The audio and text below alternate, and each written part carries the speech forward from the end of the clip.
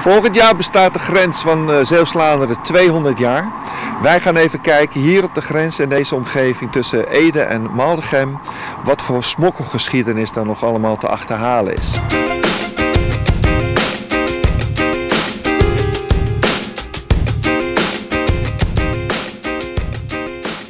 Ik heb hier meneer Herman van der Velde bij me. Die is 40 jaar gids geweest in dit gebied. En die heeft een mooi verhaal over de schuur achter ons. Er staat hier een schuur achter ons en die staat op Nederlands grondgebied.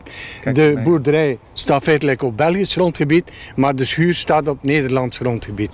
En natuurlijk, als je aan de grens over een schuur spreekt die op Nederland staat en eentje die op België staat, dan denkt men direct aan smokkelen en zo. Het was natuurlijk een koud kunstje. Ik weet het niet allemaal wat er gebeurde, zo belangrijk niet. Maar het is gemakkelijk dieren uit Nederland hier voor ons in die schuur te brengen die op Nederland staat.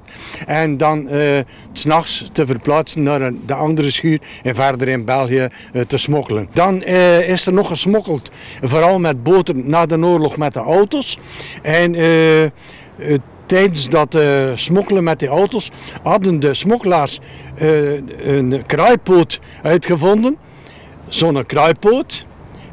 En die kraaipoot die werd achter de versnellingsbak in de auto door een gat gesmeten in een hout. En die kwam achter de achterwiel van de eigen wagen op de weg terecht. En de smokkelaars, de wagen die natuurlijk en achtervolgden, die hadden pech, want ze reden zich plat. Een kruipot staat altijd met één pootje naar omhoog, zodanig, kijk, je kunt hem draaien en keren zoals je wilt. Altijd staat hij met één poot naar omhoog, zodanig, of met één teen, zodanig dat hij door de band prikte.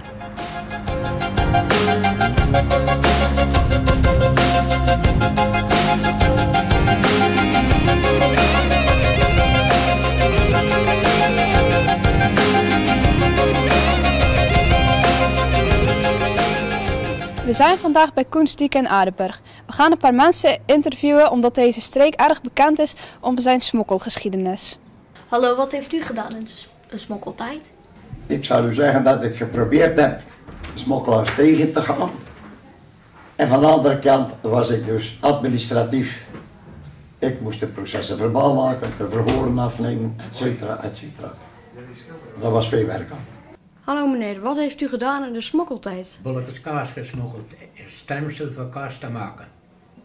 En was u wel eens bang? Nee, ik heb nooit niet bang geweest.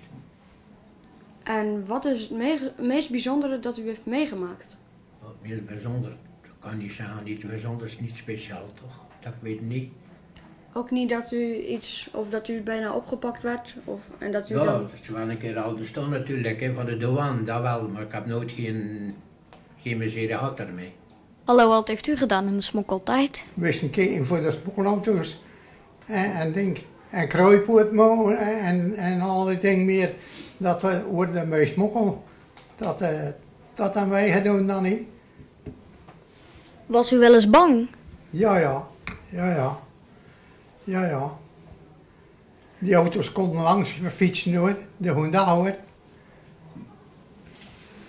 En ja, doe ik verder en verder.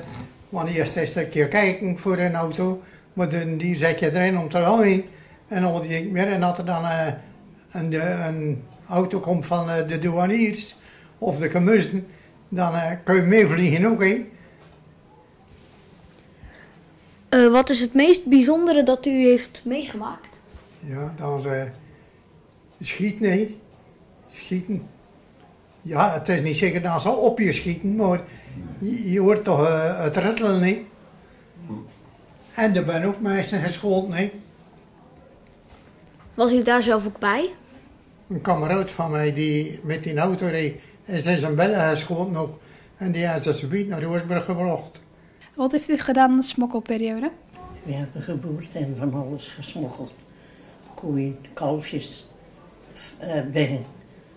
We hadden ook een schuilkelder gemaakt en er werd op geschoten. En we hadden een berging, daar lagen allemaal vluchtelingen. En die lagen tussen de potten klodden.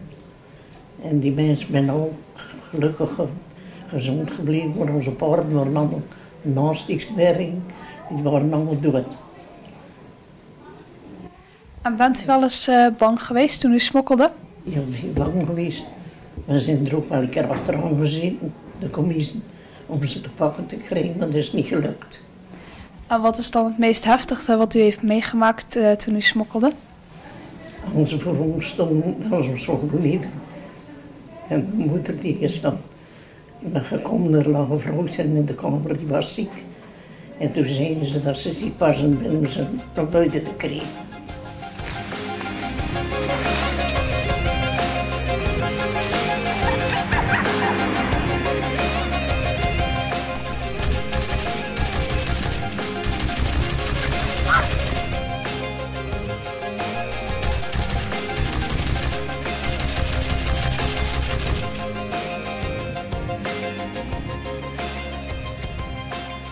Zo, we hebben nu met z'n allen een serie gemaakt over het smokkelen.